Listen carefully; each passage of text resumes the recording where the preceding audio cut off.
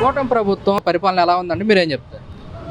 ఏముంది మనకి 120 రోజుల ప్రభుత్వం, అదే 120 రోజులైనా కానీ ఏమి లేదు. అంతా అవినీతి, టాపిక్ డైవర్ట్ పాలిటిక్స్ కానీ అంతా ఇక్కడే సరిపోతుంది. 100 రోజులు కూడా కక్షపూరిత రాజకీయాలు, టాపిక్ డైవర్ట్స్ పార్టీకి తప్పితే ఎక్కడా కూడా అభివృద్ధి చెందడం కానీ, ఏది ఇచ్చినా మీరు ఏది కూడా నెరవేర్చడం కానీ ఏమీ జరగలేదు.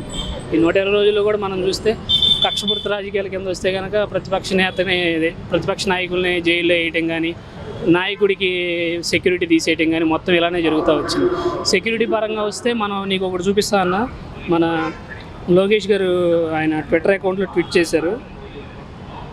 ఇదిగోండి చూడండి, ప్రతిపక్ష నాయకుడికి జెడ్+ సెక్యూరిటీ, 58 మందితో సెక్యూరిటీ, 2 ఎస్కార్ట్ బృందాలు, 10 మంది సాయుధ బలగాలతో భద్రత, కాన్వాయ్లో 2 ల్యాండ్ క్రూజర్లు ఉన్నాయని చెప్పారు. యాక్చువల్గా జూలై 18, 19 జగన్మోహన్ రెడ్డి గారు వినుకొండ రషీద్ మర్డర్ జరిగితే ఆయన పరామర్శించడానికి వెళ్ళారు. ఆ రోజు నుండి కూడా జగన్మోహన్ రెడ్డి గారికి ఎటువంటి సెక్యూరిటీ లేదు. లోకేష్ గారు కానీ టీడీపీ నాయకులు ఎవరైనా సరే జగన్ గారి కాన్వాయ్లో 2 ల్యాండ్ క్రూజర్లు ఉన్నాయని కానీ, 10 మంది సాయుధ బలగాలతో భద్రత కల్పిస్తున్నామని కానీ నిరూపిస్తే రాష్ట్రం అంతా వాళ్ళ పార్టీకి ఓటేయమని చెప్పి నేను కూడా తిరుగుతాను. అదన్న ఇంకా వేరే టాపిక్ వస్తేనేమో ఇక టాపిక్ డైవర్స్ మనం చూస్తూనే ఉన్నాం.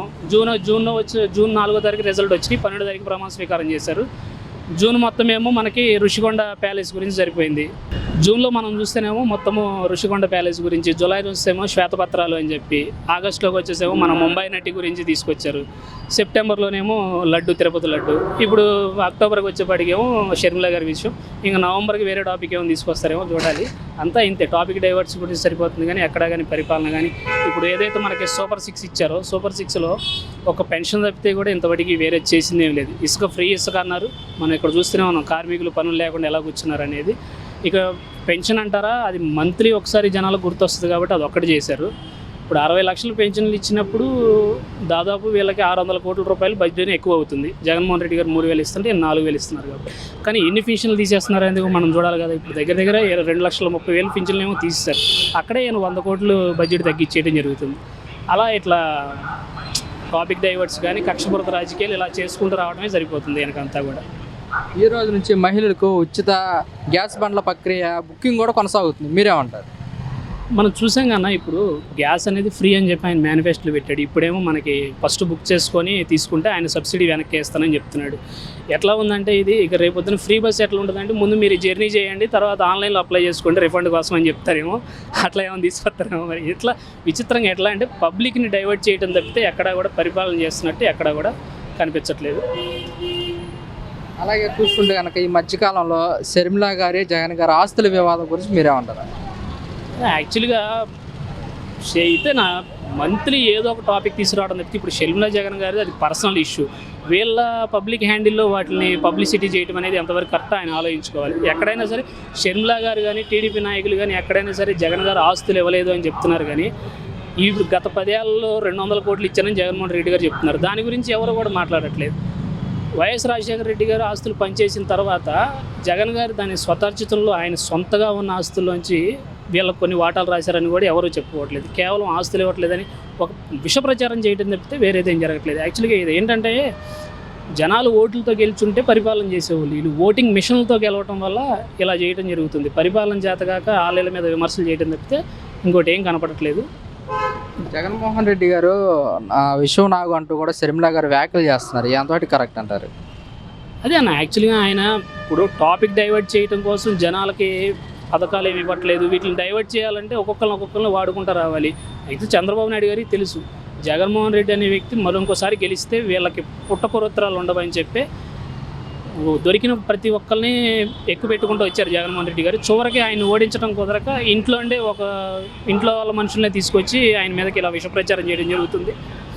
గతంలో మన వివేకానంద రెడ్డి గారి మర్డర్ గురించి కూడా వాళ్ళ డాక్టరు షర్మిల గారు కూడా జగన్మోహన్ రెడ్డి గారు గవర్నమెంట్ ఉన్నన్ని రోజులు కూడా టీడీపీ గవర్నమెంట్ కానీ కేసులు వేయటం కానీ జరుగుతూ వచ్చింది.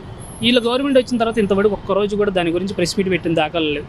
దీన్ని ఏ విధంగా వాడుకుంటున్నారు అనేది ఇక జనం కూడా ఆలోచించాలి. ఇప్పుడు ఆయన బయట జనాలందరినీ ఉపయోగించుకుంటూ జగన్మోహన్ రెడ్డి గారిని ఎట్లయినా సరే రాజకీయంగా ఢీకొనలేక వీళ్ళందరినీ ఇట్లా వాడుకుంటూ వచ్చారు. అది కూడా సాధ్యపడక ఇక ఇంట్లో వాళ్ళని తీసుకొచ్చి ఇంత విష ప్రచారం చేస్తున్నారు. ఏదైనా సరే జగన్మోహన్ రెడ్డి అనే వ్యక్తి ఇంకోసారి సీఎం అయితే కనుక వీళ్ళ రాజకీయ భవిష్యత్తు ఉండదని చెప్పి ఈ రకంగా వాడుకున్నారు. ఇంతటి ఇంట్లో వాళ్ళని వాడినా సరే వాళ్ళకి గెలుపు రాదనే భావంతోనే ఈవీఎంలు హ్యాక్ చేశారని చెప్పి నేనైతే ఖచ్చితంగా నమ్ముతాను. ఎందుకు ఈవీఎంలు అనేది కూడా మనం ఆల్రెడీ చాలా ఉన్నాయి, ఇప్పుడు కోర్టులో కేసులు అవన్నీ తేలిన పరిస్థితిలో ఉన్నాయి. ఓటింగ్ అయిపోయే సమయానికి 64 ఉన్న ఛార్జింగ్, కౌంటింగ్ రోజుకు 99 ఎలా వెళ్ళిందంటే సమాధానం చెప్పేవాళ్ళు లేడు. సత్యవేడ్ నియోజకవర్గంలో పార్లమెంట్ నియోజకవర్గానికి ఏమో 39,000 మెజారిటీ వచ్చింది, అసెంబ్లీకి వచ్చేప్పటికేమో 3,000 ఓట్లతో క్యాండిడేట్ ఓడిపోతాడు. అసలు ఇవన్నీ ఎన్ని క్వశ్చన్ మార్కులు ఉన్నాయంటే జనం కూడా ఒక్కసారి మేధస్తో ఆలోచించాలని చెప్పి నేను కోరుతా ఉన్నా. అంటే కూటమి కానీ టీడీపీ వాళ్ళు అంటున్నమాట వైసీపీ మీద వ్యతిరేకత వల్ల మాకు పట్టం కట్టారు అంటున్నారు కదా అన్న. ఎంత వ్యతిరేకత ఉన్నా నేను అదే చెప్తున్నా అన్న. ఇప్పుడు ఒకవేళ టీడీపీ వైఎస్ఆర్సీపీ మీద కూటమి మీద వైఎస్ఆర్సీపీ మీద వ్యతిరేకత ఉండబట్టి కూటమి కోట్లు వేశారంటే మరి వీటికి సమాధానం చెప్పాల్సింది ఎవరు? 64% ఛార్జింగ్ 90 ఎలా అయిందని చెప్పాలి కదా ఖచ్చితంగా. దాని మీద కోర్టులో ఎంక్వైరీలు వేస్తుంటే దాని మీద ఇంత వచ్చి మాట్లాడేవాడు లేడు. ఎవరైతే ఈసీ ఎలక్షన్ కమిషన్లో ఉన్నారో ఆయనకేమో ఇప్పుడు పెద్ద పెద్ద పదవుల్లో కూర్చోబెట్టి ఎక్సైజ్ డిపార్ట్మెంట్లో కూర్చోబెట్టిన అవకాశాలు ఉన్నాయి. మరి ఇవన్నీ చూస్తుంటే ఎవరికి బెనిఫిట్ చేశారనేది కూడా జనం కూడా ఆలోచించుకోవాలి. చంద్రబాబు నాయుడు గారు అంటున్నమాట జగన్మోహన్ రెడ్డి తల్లి చెల్లికి అన్యాయం చేశాడు, రాజకీయాల్లో ఇలాంటి వ్యక్తి ఉండకూడదు అంటున్నారు కదా. యాక్చువల్గా అంత స్థాయి నేను మాట్లాడవచ్చో లేదో తెలియదు కానీ కాకపోతే చంద్రబాబు నాయుడు గారి నైజం అందరికీ తెలిసిందే. మన గత షర్మిల గారి ఇష్యూ వచ్చిన కాడ నుంచి ఎప్పుడెప్పుడు 90sలో పేపర్లన్నీ తీసుకొచ్చి చూపిస్తున్నారు కదా. సొంత తమ్ముడికి న్యాయం చేయలేనాడు చంద్రబాబు, ఆయన రోడ్డును పడేసినాడు. చంద్రబాబు గారి చిన్నమ్మ గారు ఈ రోజుకి కూడా అద్దె ఇంట్లో ఉంటూ ఉన్నారు. మరి ఈయన 2 ఎకరాల పొలంతో ఇన్ని వేల కోట్లు సంపాదించిన ఈయన మరి వాళ్ళ రిలేటివ్స్ అందరూ కూడా ఎందుకని అంత దీనమైన స్థితిలో ఉన్నారో కూడా ఆయన ఆలోచించుకోవాలి. ఇంకా అవినీతి గురించి వస్తేనేమో గత 5 సంవత్సరాలు కూడా జగన్మోహన్ రెడ్డి గారు ఆ ఖర్చులు పెట్టేస్తున్నారు, ఈ ఖర్చులు పెట్టేస్తున్నారు అని చెప్పి అవినీతి అని చెప్పి వాగిన వాళ్ళందరూ ఈ రోజున మొన్న వరదలు వస్తే మీరు చూస్తే నేను మీకు చూపిస్తానన్నా, వరదల్లో ఏ రకంగా వీళ్ళు నొక్కేశారు అనే దానికి నిదర్శనం. మరి ఇంతకు మించి ఇంకేం దొరకదేమో అని చెప్పి నేను చూస్తాం. మీరు కూడా మీడియాగా మీరు వెళ్ళుంటారు చూడండి. ఆ రోజు రిలీఫ్ క్యాంపులో టెంపరీ అకామిడేషన్కి 1,40,00,000 అంట, ఫుడ్కి 368 కోట్లు అంటాను. 2 లక్షల ఫ్యామిలీలో ఉన్న దానికి 368 కోట్లు 10 రోజులు ఖర్చు పెట్టారంటే అసలు దీన్ని ఏ విధంగా ఆలోచించాలో కూడా అర్థం కావట్లేదు. ఋషికొండకి 300 కోట్లు ఖర్చు పెట్టి అంత పెద్ద బిల్డింగ్ చేస్తే మొన్న డిప్యూటీ సీఎం గారు వెళ్ళి సెల్ఫీ దిగిన పరిస్థితులు ఉన్నాయి. మరి ఏ రోజు కూడా అమరావతికి 30 కోట్లు 40 కోట్లు గ్రాఫిక్స్కి తగలేసినోడు ఏ రోజు కూడా ఎవడో వచ్చి సెల్ఫీ దిగిన పాపని ఎవడో పోలేదు. ఇక దానికి చూస్తే ఫుడ్కి 369 కోట్లు తీసేస్తే డ్రింకింగ్ వారికి 26 కోట్లు, మళ్ళీ దాని అదనం డ్రింకింగ్, మెడికల్ కేర్ ఒక 2 కోట్లు అన్నారు, ఎసెన్షియల్ ఒక 68 లక్షలు, శానిటేషన్. ఇంకొకటి విచిత్రం ఏంటంటే అగ్గిపెట్లు మొబైల్ జనరేటర్లకు కలిపి 23 కోట్లు అంటాను. వరదలు వచ్చిన 10 రోజులు కూడా సింగనగర్ కానీ మన రాజరాజేశ్వరిపేట కానీ 24/7 నాన్ స్టాప్గా కరెంట్ ఇచ్చినా కానీ 23 కోట్లు బిల్లు రాదేమో. వీళ్ళు మాత్రం జనరేటర్లు కానీ అగ్గిపెట్లకి 23 కోట్లు అంట. ఇంకోటి కింద ఏవియేషన్కి పెట్టిన ఎక్స్పెండిచర్ కింద బోట్లు 508 బోట్లు అంటాను. మీరు చెప్పండి, సింగనగర్లో 508 బోట్లు తిరిగే సామర్థ్యం ఉందా అసలు అక్కడ? ఆ రోడ్లో 508 బోట్లకు గాను 93 లక్షలు ఖర్చు పెట్టారంట. ఇంకోటి ట్రాన్స్పోర్టేషన్ వెహికల్ 201 అంట, మేబీ అవి తిరిగి ఉండొచ్చు ఖచ్చితంగా.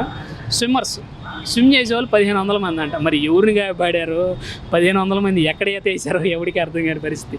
వాళ్ళకి పెట్టిన ఖర్చు 15 లక్షలు, చాపర్లు 76 లక్షలు అంట. డ్రోన్లు 412 డ్రోన్లకి 2 కోట్లు ఖర్చు. 400 డ్రోన్లతో ఏం చేశారన్నా మీరు? ఎక్కడన్నా తిరిగినాయా? పోనీ మీకు ఎక్కడన్నా కనపడ్డాయా? తిరిగితే ఆ విజువల్స్ ఉంటాయి కదా ఖచ్చితంగా. ఇది అవినీతి గురించి మాట్లాడుకునే ముందు చంద్రబాబు గారు ఆయన కింద చూసుకుంటే చాలా మంచిదని నేను చూస్తాను. ఇంకోటి సెక్యూరిటీ పరంగా జగన్మోహన్ రెడ్డి గారు రోడ్డు అంతా బ్లాక్ చేస్తారు, పరదాల ముఖ్యమంత్రి అని చెప్పి గతంలో లోకేష్ గారు చాలా వ్యాఖ్యలు చేశారు.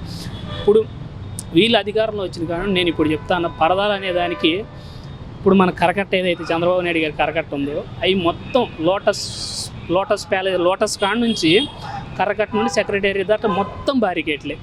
మంత్రి సత్యనారాయణ ఆశ్రమం దాటి సీడ్ యాక్సెస్ రోడ్లోకి ఎంటర్ అయ్యేటప్పుడు కూడా మనకి సైడ్ అంతా ఇంతకుముందు ఫ్రూట్స్ అవన్నీ అమ్ముకునేవాళ్ళు, ఇప్పుడు అక్కడ కూడా బారికేట్లు కట్టేయటం ఇవన్నీ జరుగుతుంది. ఆయన ఎక్కడికి వచ్చినా సరే ప్రజలను ఇబ్బంది పెట్టద్దు ట్రాఫిక్ రూల్స్ అంటే ఆయన వస్తుంటే గంటకు ముందే ట్రాఫిక్ ముందు ఆపేయటం, ఇవన్నీ పరదాలు ఇవన్నీ రావా? పరదాలు అనేది ఒక ముఖ్యమంత్రి వస్తున్నప్పుడు దానికి తగ్గట్టుగా సెక్యూరిటీ చీఫ్ ఎవరైతే ఉంటారో ఆయన అరేంజ్మెంట్స్ అని చేస్తారు. ముఖ్యమంత్రి ఎవరు కూడా నాకు పరదాలు కట్టండి అవి కట్టండి అని చెప్పి ఎప్పుడు చెప్పడు.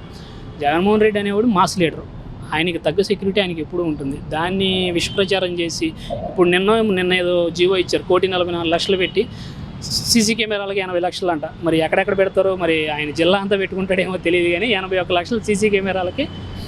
ఏదైతే టైర్ కిల్లర్స్ ఇవన్నీ జగన్మోహన్ రెడ్డి గారు అవిని అవసరం లేకపోయినా వాడుకున్నాడు అని చెప్పి ప్రచారం చేసి ఇప్పుడు ఆయన ఇంటి దగ్గర పెట్టుకుంటా అంటున్నాడు.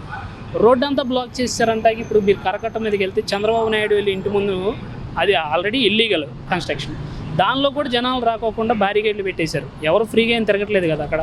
మరి దీనికి సమాధానం కూడా కూటమి నాయకులే చెప్పాలి.